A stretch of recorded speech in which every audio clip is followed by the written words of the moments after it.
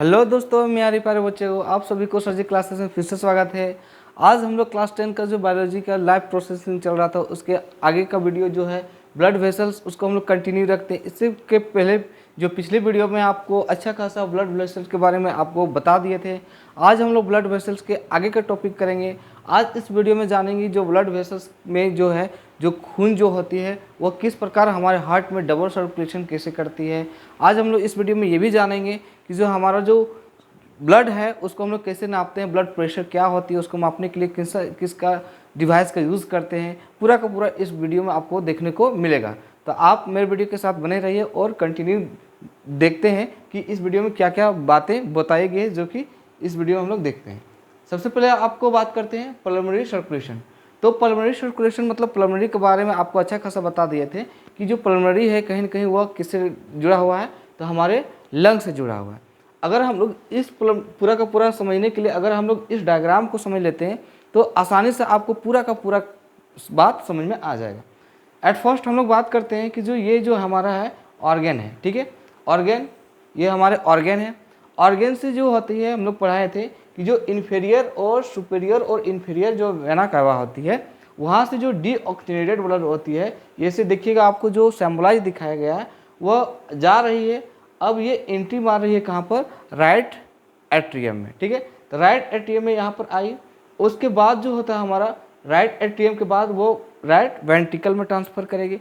Right ventricle में transfer करने के बाद ये ब्लड जो जाती है सीधे पल्मोनरी अरोटा होते हुए कहाँ जाएगी, हमारा लंग्स तक। लंग्स तक जाएगी, दैट मीन्स वहाँ कहीं ना कहीं ऑक्सीजन इसको मिलेगा। ऑक्सीजन मिलने के बाद ये जो ऑक्सीजनेटेड ब्लड को फिर कहीं ना कहीं वापस आएगा कहाँ पे, हमारे लंग्स में। किसके द्वारा, तो पल्मोनरी वेन के द्वारा, ठीक है। हम लोग सबसे पहले वीडियो जो हार्ट पढ़ाए थे उसमें बताए थे जो पल्मोनरी वेन कितने होते हैं, 4, ठीक है। वो जो है वहाँ पर ऑक्सीजनेटेड ब्लड कहीं ना कहीं हमारे कहाँ पहुँचाने का काम करेगी आपका, तो लेफ्ट एट्रियम में। लेफ्ट एट्रियम से फिर कहाँ जाएगी, हमारा राइट एट्रियम, राइट वेंट्रिकल में। लेफ्ट एट्रियम से राइट वेंट्रिकल में, और राइट वेंट्रिकल से होते हुए फिर हमारा अरोटा हुआ, फिर से कहाँ जाएंगे, ऑर्गन्स। फिर से यहाँ से देखिए ब्लड निकल रही है, और ये या तो इसको सिस्टमेटिक अरोटा या तो डॉर्सल अरोटा के द्वारा फिर ये जो ऑक्सीजनेटेड ब्लड जो कि रेड कलर से दिखाया गया ऑक्सीजनेटेड ब्लड फिर कहाँ पर आएगा, ऑर्गन्स में, ठीक है। तो ये पूरा का पूरा जो चार्ट बना हुआ है इसी के द्वारा पूरा का पूरा आपको समझ में आ जाएगा कि जो ब्लड का सर्कुलेशन हमारे बॉडी में कैसे हमारे हार्ट में कैसे डबल बार 2 बार हो रही है, ठीक है। और ये भी हम लोग जान चुके हैं कि ये जो चैम्बर सब बटे हुए हैं इसके बीच में एक वॉल लगा हुआ है जिसका नाम क्या है हम लोग को, सेप्टम। ये सेप्टम क्या करती है, दोनों चैम्बर में ऑक्सीजनेटेड और डीऑक्सीजनेटेड ब्लड आपस में मिक्स ना हो जाए, इसलिए इसके बीच में एक दीवार है जिसका नाम क्या कहते हैं हम लोग, सेप्टम, ठीक है। अब यहाँ से समझ में आ गया होगा क्या है। तो इसलिए यहाँ पर जो ब्लड है वह 2 बार सर्कुलेशन हो रहा है हार्ट में, इसलिए इसका हम लोग क्या कहते हैं, डबल सर्कुलेशन, मतलब दोहरी जो परिसंचरण तंत्र हिंदी से कहते हैं, यहाँ पर हो रही है कहाँ पे, हार्ट में, ठीक है। तो डबल सर्कुलेशन लिखने को बोलेगा तो आप क्या कीजिएगा, एक बार क्या कीजिएगा, डीऑक्सीजनेटेड ब्लड को आपको हार्ट में ले आनी है और फिर ऑक्सीजनेटेड ब्लड को पूरा बॉडी पार्ट्स में क्या करना है, फैला देना है। तो ये प्रोसेस को आप लिख लीजिएगा, आपको अच्छा खासा 5 मार्क्स को देखने को मिल जाएगा, ठीक है। अब इसमें हम लोग एक एक करके पढ़ लेते हैं कि क्या क्या कहा गया है। सबसे पहले यहाँ पर ब्लड सर्कुलेशन में बात करते हैं कि जो डीऑक्सीजनेटेड ब्लड है वह क्या करते हैं, from body parts. Deoxygenated blood को सुपीरियर और इन्फीरियर वेना कवा के द्वारा बॉडी पार्ट से कलेक्ट करेगी और सबसे पहले लाएगी कहाँ, तो आरए में, राइट एट्रियम में लाने के काम करती है, ठीक है। वाइल जबकि ऑक्सीजनेटेड ब्लड क्या होगा, फ्रॉम कहाँ से लाती है, लंग्स से। लंग्स को ऑक्सीजन मिल जाता है तो ऑक्सीजनेटेड ब्लड कलेक्ट करेंगे कहाँ पर, लेफ्ट एट्रियम में, ठीक है। तो लेफ्ट एट्रियम यहाँ पर पहुँच गया। तो बोथ जो होता है एट्रियम, दोनों जो एट्रियम है चाहे वह राइट एट्रियम हो चाहे वह लेफ्ट एट्रियम है, दोनों को कहीं ना कहीं क्या काम कर रही है, वह ब्लड को रिसीव करने का काम कर रही है। चाहे वह एक तरफ हो डीऑक्सीजनेटेड और एक तरफ क्या हो, ऑक्सीजनेटेड, लेकिन एट्रियम का काम जो होता है वह ब्लड को क्या करना, रिसीव करने का काम करती है, ठीक है।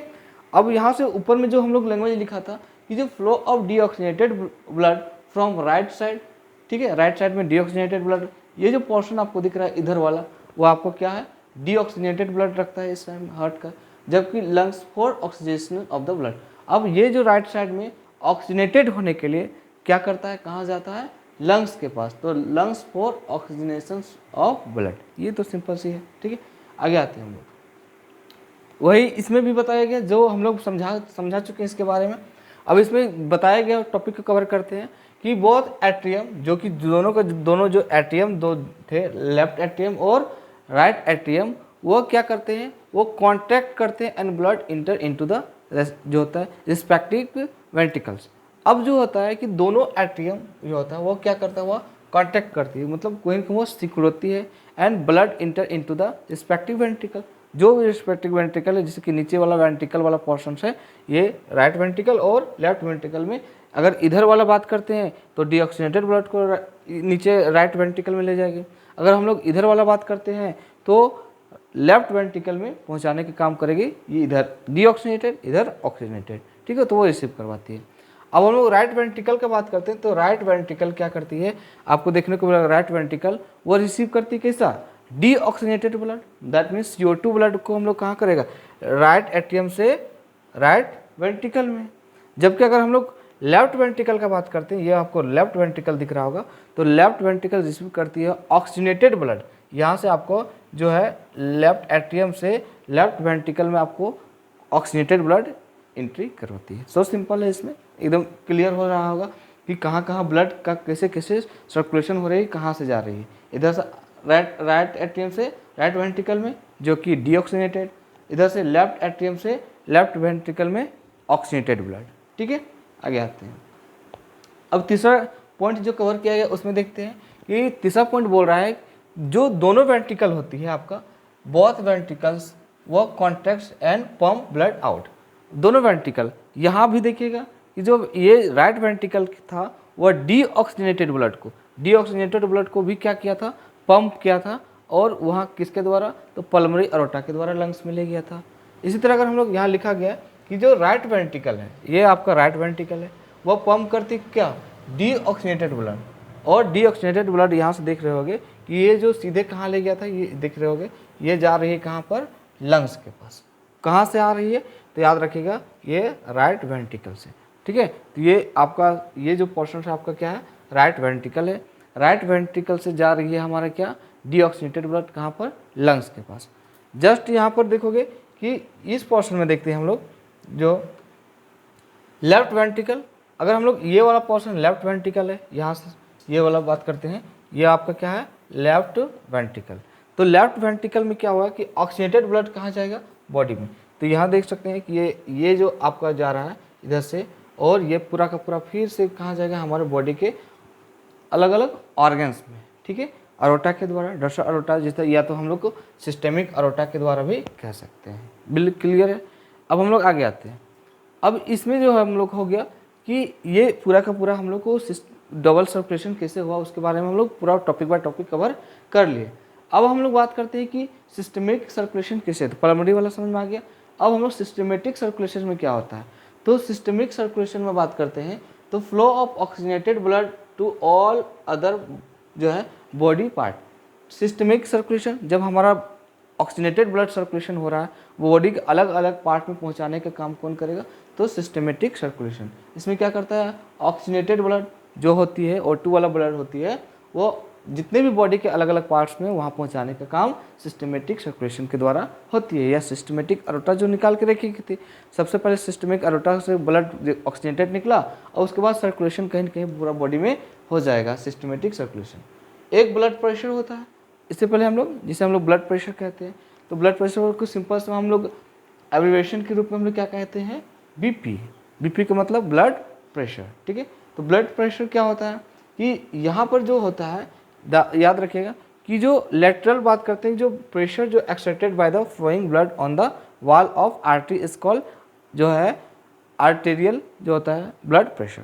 कहने का मतलब जो ब्लड प्रेशर क्या होता है कि जो हमारी आर्टरी होती है, धमनियाँ जो होती है, धमनियों में जब ब्लड प्रेशर जाती है, आर्टरी में जब ब्लड प्रेशर जाती है तो वहाँ हमारे आर्टरी के दीवार में कितना प्रेशर डाल रहा है, कितना वो इफेक्ट कर रहा है, उसी को हम लोग क्या कहते हैं, ब्लड प्रेशर। नॉर्मली भाषा में जैसे हम लोग ब्लड जा रही है आर्टरी में, खून में उसका, क्योंकि प्रेशर के साथ बोलती है, पहले बोले समझा चुके थे, जो वैन जो होती है, सॉरी आर्टरी होती है, उसमें प्रेशर बहुत ही हाई होता है, 100 mmHg का प्रेशर उसमें होता है।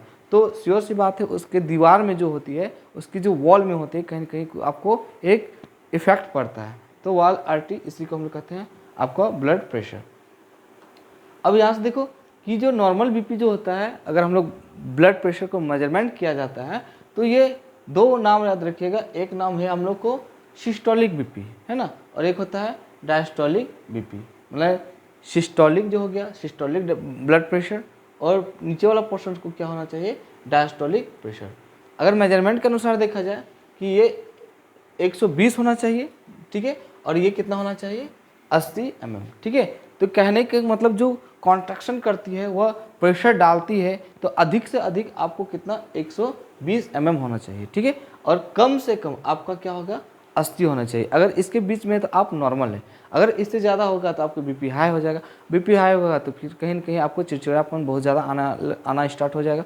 ब्लड प्रेशर के बढ़ जाने के कारण बहुत सारी बीमारियाँ भी, हाइपरटेंशन वगैरह बीमारी भी हो सकती है। अगर हमारा बीपी कम हो गया, अगर 80 mmHg का है और उससे भी ब्लड प्रेशर मेरा कम हो गया, तो बहुत ज़्यादा हमारा वीकनेस आना स्टार्ट हो जाता है, चक्कर आना स्टार्ट हो जाता है, तो बहुत सारी बीमारियां भी इसमें होने की संभावनाएं बढ़ जाती है। तो बीपी का जो नॉर्मल होना चाहिए, जो रेंज, वह कितना होना चाहिए, 120/80, ठीक है। इसको हम लोग systolic blood pressure by diastolic blood pressure के रूप में जानते हैं। अब हम लोग देखो कि जो मैक्सिमम प्रेशर जो होती है वो ड्यूरिंग कॉन्ट्रैक्शंस ऑफ हार्ट 120, मतलब अगर मान लो कि ज़्यादा से ज़्यादा मैक्सिमम ब्लड प्रेशर कब होती है, प्रेशर कब होती है, जब कॉन्ट्रैक्शन होता है हार्ट का कितना 120 mmHg, मतलब वही आपका ऊपर वाला जो सिस्टोलिक होना चाहिए 120, तभी जाके मैक्सिमम आपका क्या होगा, हार्ट प्रेशर लगेगा, ठीक है इसमें। अब यहाँ पर देखो मिनिमम जो होता है ये मैक्सिमम होगा, तो मिनिमम जो होता है वो क्या हो गया, मिनिमम प्रेशर ड्यूरिंग रिलैक्सेशन। ये देखियो आपका कॉन्ट्रैक्शन जैसे, मतलब जैसे वो सिकुड़ेगा तो कहीं कहीं मान लो कि हम लोग का पाइप भी, जब हम लोग उसका जो एरिया को हम लोग कम कर देते हैं, उसमें दबाते हैं, कॉन्ट्रैक्शन देते हैं, तो प्रेशर क्या होता है, बहुत ही ज़्यादा होती है, दूर तक पानी जाती है। उसी तरह यहाँ भी हो गया कि हमारा जो हार्ट है उसमें क्या करेंगे, अगर कॉन्ट्रैक्शन हो रहा है, सिकुड़ रहा है, तो उस समय जो होता है उसका 120 mmHg होता है, उसका मैक्सिमम प्रेशर होता है। जबकि मिनिमम प्रेशर आपको रिलैक्सेशन जब फैलती है, तो जब कोई चीज़ का एरिया को हम लोग बढ़ा देंगे, प्रेशर ऑटोमेटिकली घट जाएगा। तो हमारा हार्ट का भी जब हम लोग क्या होता है, वो रिलैक्स करता है, रिलैक्सेशन होता है, तो उसका जो प्रेशर घट जाता है और कितना हो जाता है, 80 mmHg का ही रह जाता है, ठीक है। तो ये आपका क्या था, ब्लड प्रेशर मेजरमेंट करने के लिए। ब्लड प्रेशर जो होती है वो आपका 120/80। एक नाम दिया है जिसे कहते हैं हम लोग ब्लड प्रेशर जो मशीन इज, इसको हम लोग जो मशीन जो होती है ब्लड प्रेशर, इस टाइप का आपको ब्लड प्रेशर का मशीन देखने को मिलेगा, इसका हम लोग क्या कहते हैं, तो तोड़ तोड़ के पढ़िएगा, अच्छा रहेगा। तो जो यहाँ से स्फैग्मोमैनोमीटर, इसको याद रखिए, स्फैग्मोमैनोमीटर, ठीक है। तो स्फैग्मोमैनोमीटर जिसको नापा जाता है, किसको, जो मेजरमेंट करने के लिए जो ब्लड प्रेशर का जो मशीन आती है उसको कहते हैं स्फैग्मोमैनोमीटर, ठीक है। ये भी क्वेश्चन पूछता है। तो हमारा हार्ट में जो है किस प्रकार प्रेशर बना, इसके बारे में हम लोग डिटेल, इसके बारे में हम आपको जानकारी दे दिए। अब जो ब्लड से रिलेटेड जो भी है आपका, लगभग में पूरा का पूरा हम लोग इस 2-3 वीडियो में पूरा का आपका डिस्क्राइब कर चुके हैं कि क्या क्या कहाँ क्या किसका फंक्शन, टोटल हम लोग जानकारी इसमें दे दी। हार्ट थोड़ा सा छोटा सा है, इसका पता ही है कि हमारा जो हार्ट है एकदम बिल्कुल, हम लोग का हार्ट का वजन कितना है, 250 से लेके 300 ग्राम, मेल्स में 300 और फीमेल में 250।